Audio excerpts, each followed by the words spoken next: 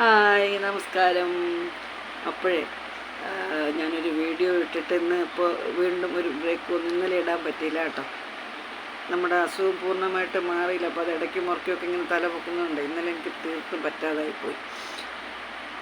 അപ്പോൾ ഇന്നലെ വീഡിയോ ഇടാനൊന്നും സാധിച്ചില്ല. പിന്നെ അസുഖവും പിന്നെ നമ്മുടെ സാഹചര്യവും ഒക്കെ നോക്കണമല്ലോ. പറഞ്ഞു വരുമ്പോൾ നിങ്ങൾ വിചാരിക്കും എന്താ സാഹചര്യമെന്ന് നിങ്ങൾ വിചാരിക്കുമല്ലോ.